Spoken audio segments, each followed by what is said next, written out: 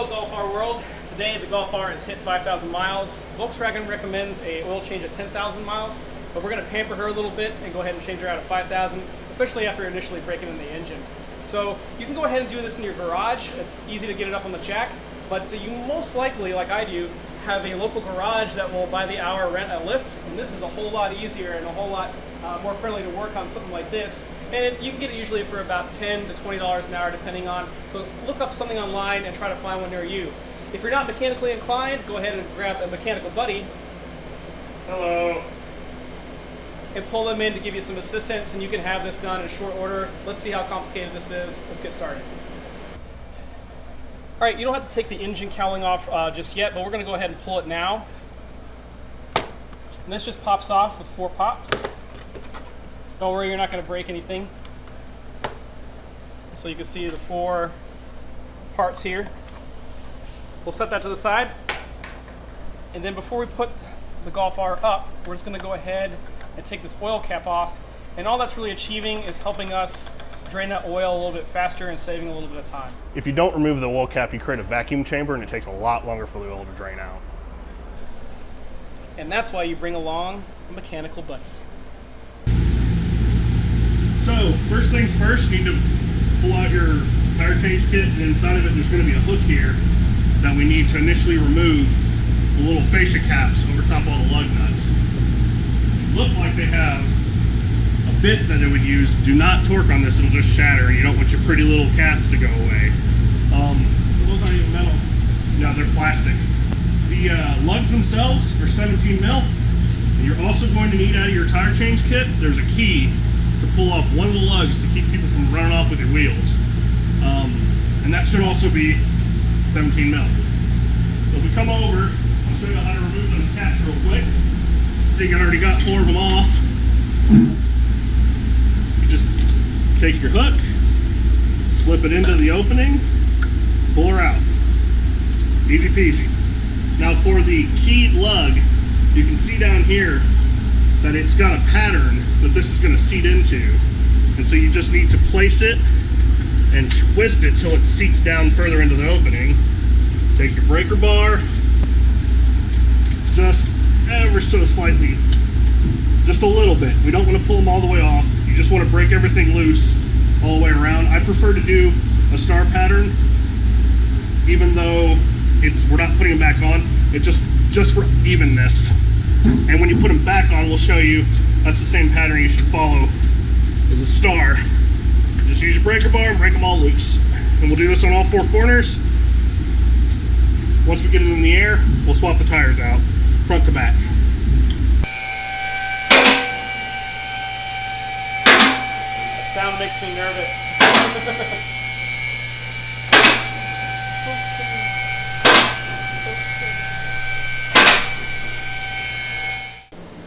Alright, so at the self-service station, there's most likely going to be someone that's going to be able to assist you with getting your car up if you've never done it before. But if there isn't, or if they're busy, what you're looking for here is these arrows. You're going to see one in the back and one in the front. And it's very important that the mount point does not actually touch the plastic. So you can see this is still free moving, and this is not actually making contact with that. The key here is this lip. And that's what you're going to get this actually on, is going to be supporting the weight of the vehicle. And if you look in the front here, more from a kind of a front perspective, you can see that the weight is being carried on this lip here. And again, we see that arrow. We've got a nice good mount bar here. So that's what you're aiming for when you get this up on a lift. All right, so you can see inside the manual that it states that you're supposed to do a front to back rotation. So we're going to be following that practice as we swap these out. And we're actually not going to be doing anything from the side, from one side of the car to the other. We're just going to be taking the front to the back and the back to the front. Inside your tire change kit is this little plastic bugger.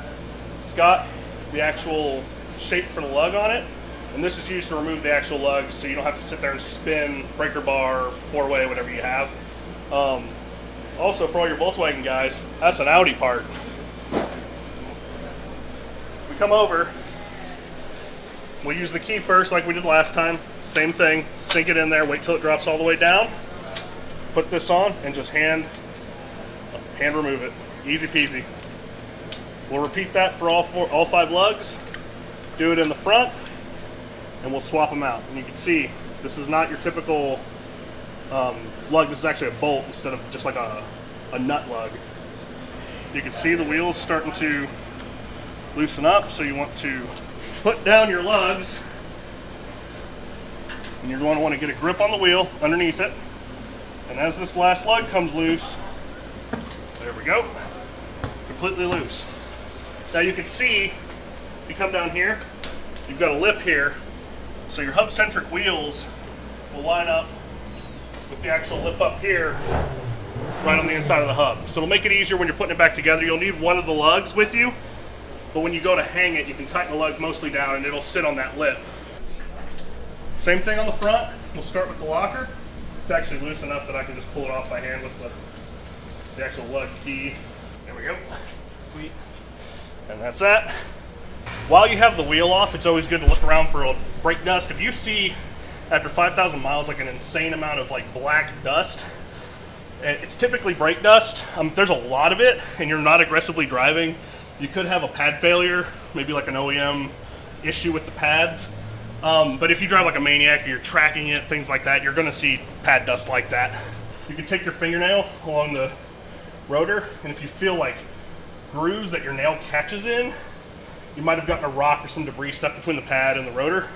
Might need to pull the rotors and get them resurfaced. Might be a good idea. Other than that, you should be able to just throw the back tire on now. Remember, we're going to rotate same side, front to back. Important part about this too to keep in mind, you might want to double check it just in case you had your tires changed at some point. You don't trust the guy that did it.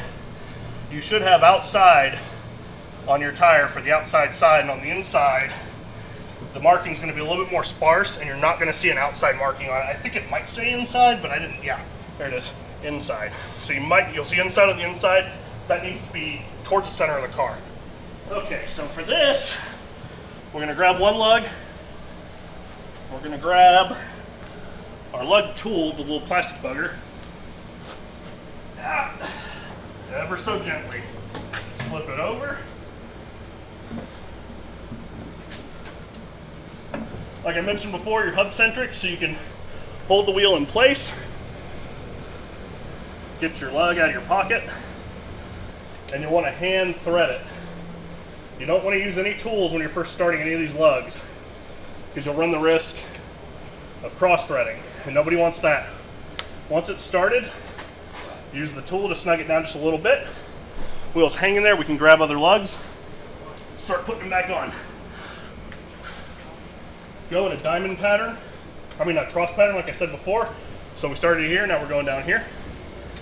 Just hand start them. Okay, before you lower the car back on the ground from swapping front to back for the rotation, you're gonna wanna snug up, just slightly snug up the lugs so that when the car sets down, it doesn't like bow the wheel around or anything. And once it's on the ground, we'll do the final tighten. So basically, you want to do the same what I mentioned before with the angle pattern. So like just like enough to where you kind of have to work a little, like nothing too crazy. You don't have to gorilla it. You can see how like I'm just giving it enough force, cross pattern, like before. Nothing nuts. And then when it's on the ground, we'll give it the final snug. All right, so your local garage is most likely going to be able to provide you with some type of catch pan. Go ahead and wheel it under. Your oil drain plug is right under here. And it's just going to take a normal flathead, stick that in there. Go ahead and turn.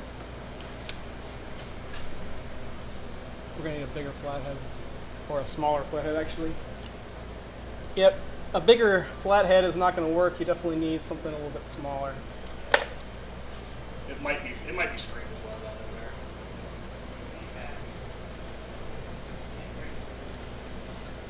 Well, I would say that definitely needed to be changed. It's pretty dark. It's pretty dark. And, by the manual, it says another 5,000 miles is good, but I think I made the right call changing it out today at the 5,000 mile mark. So it's going to take a few minutes to drain. And once we're done, we'll go ahead and put the new cap in. We went ahead and ordered one with a magnetic tip. And you want to talk about why that's important? Yeah, so with magnetic tip drain plugs, it's a very good diagnosis tool for your engine. When you pull that magnetic tip out, or that magnetic drain plug out on your next oil change, you'll be able to see if there's any metal shavings in your oil.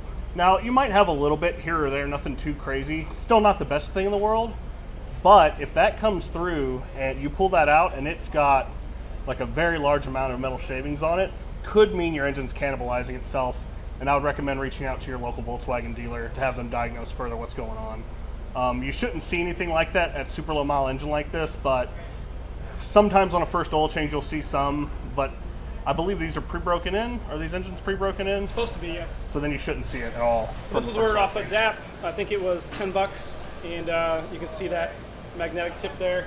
And we're just going to replace that once we get the O-ring back on here in just a second. So you can see the old plug versus the new plug, and you see that O-ring. That's where we're going to put the new O-ring right on here. And the DAP kit that I ordered off for the 5,000 mile oil change came with the new O-rings. We'll go ahead and slap that on now. You might want to have the foresight to open the bag before you get oil all over your hands. All right, so I'm just using the residual oil from my gloves to kind of coat that O-ring, a new O-ring. And we're going to go ahead and pop that on our new plug. All right, that took a little bit of doing, but now it's seated in the correct location. So don't leave it up here. Make sure that you put it right there in that groove. All right, so I'm just taking some oil. I'm going to rub it on this O-ring. We're going to slap this back in.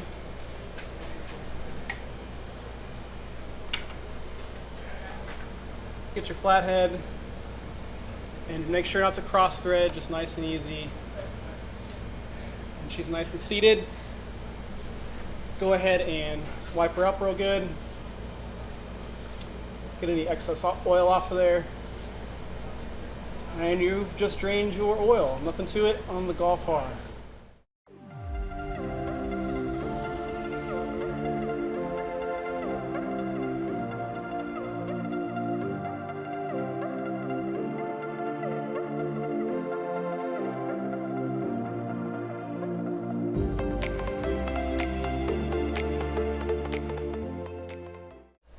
Alright, so we've got the 32 millimeter socket that we got from DAP Auto Parts.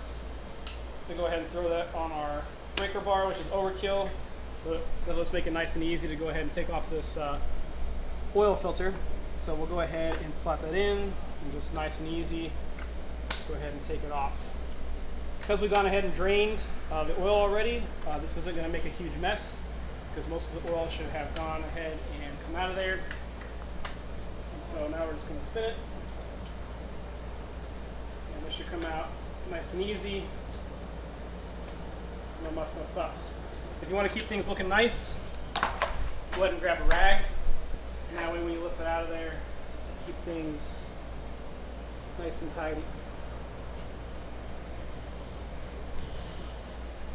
There's our old filter.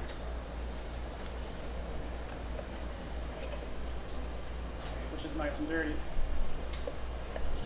That seal is pretty well in there, but you can just kind of work a nail in there, or you can get a flathead if you have a small one, and just kind of work that loose, and go ahead and take it off so we can replace that with the kit seal that came with the replacement filter.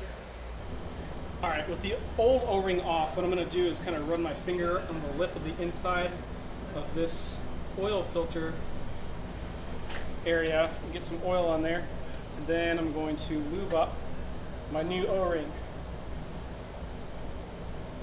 More oil is good. Get it nice and lubricated, and we're just going to slap it over and put that in that groove right around here.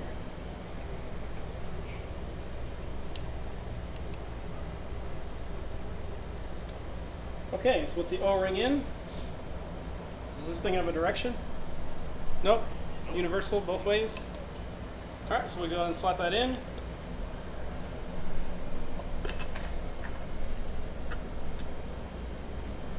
And we're just going to hand tighten this. Make sure not to cross thread. This is plastic. The oil filter canister is actually plastic, but it's screwing into a metal housing.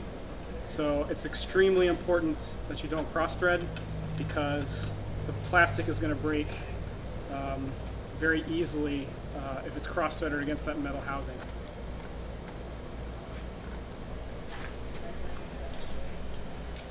Okay, I am not going to tighten this with a breaker bar. All we're doing right now is just kind of getting it a little bit tighter. And I'm not even going to put any pressure on it whatsoever. We're actually going to break out a torque wrench here in just a second. All right, so if you look at the top of the oil cap, you'll see that it says to torque down to 25 and then 5. So we've set our torque wrench to 25 Newton meters. So we'll go ahead and get a good click on that.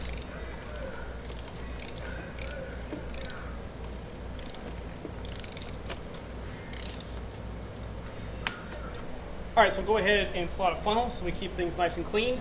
And the owner's manual says that this takes 5.7 liters, and the DAP kit that I ordered comes with a 5-liter bottle and a 1-liter bottle for a total of 6 liters. So we won't use quite all of the 6, we'll use 5.7. So we should see most of this oil go down. Nice and easy.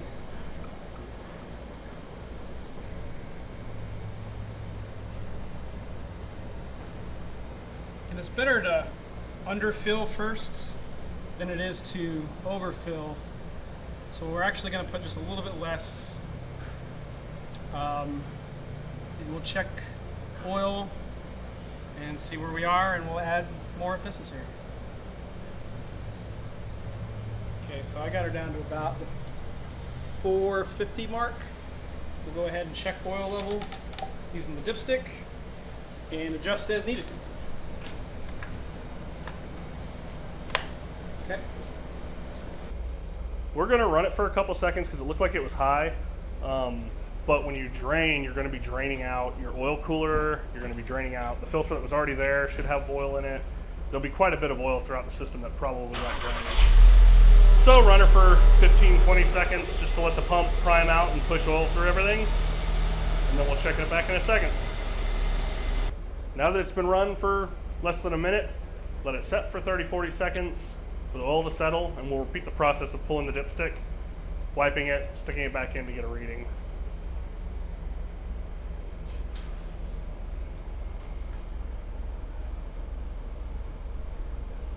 You can see that there's a divot in the actual, and that's where your fill read is, right in there, and you don't want it to be above like this angle. Or below. Or below, yeah. Above or below, you're either low or high.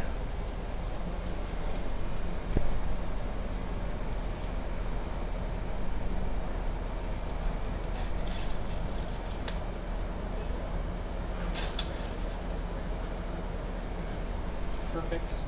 Oh, perfect. Perfection. There you go. Your last piece of work, once cleaned up, will be to place the engine cover back on. Should snap right in place pretty easily. That is, by the way, I don't know if we mentioned it, that's removed so that you can remove the actual filter cap because it interferes around that edge there and you can't get a socket on to pull that filter cap out. Probably shouldn't put it. Hey, pro tip, don't lay this down face down if you want to keep this looking nice. I put it down on the face of it, and I got a scratch or two from the garage floor. So learn from my mistake and don't put it down this way. Put it down like this, because you don't care if that side gets a little bit scratched. Okay, so this is going in these grommets here, one here, and one here. So those are the 3 points we're going to line up on, and all you got to do is push down.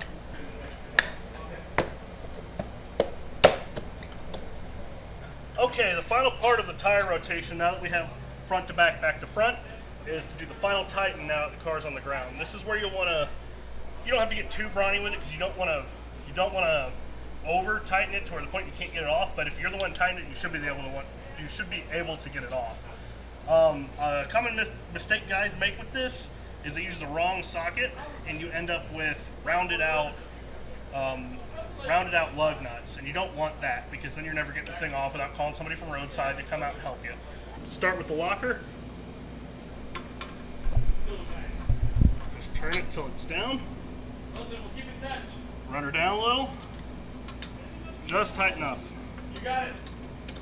Curl across. And just repeat this process on all 4 wheels, and you'll be done. Okay, so This is everything we needed to do what we did today with the oil change and the tire rotation. We had some paper towels to kind of clean up.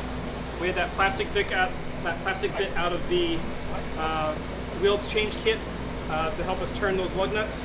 We have the lug key, torque breaker bar. We had the 32 millimeter, which is needed to remove the oil filter. We have the torque wrench, the little bit from the wheel kit to allow you to remove those caps, funnel, flathead screwdriver, and some gloves. Of course, we also have the DAP kit for the oil change kit for the 5K, which I'll link in the comments below.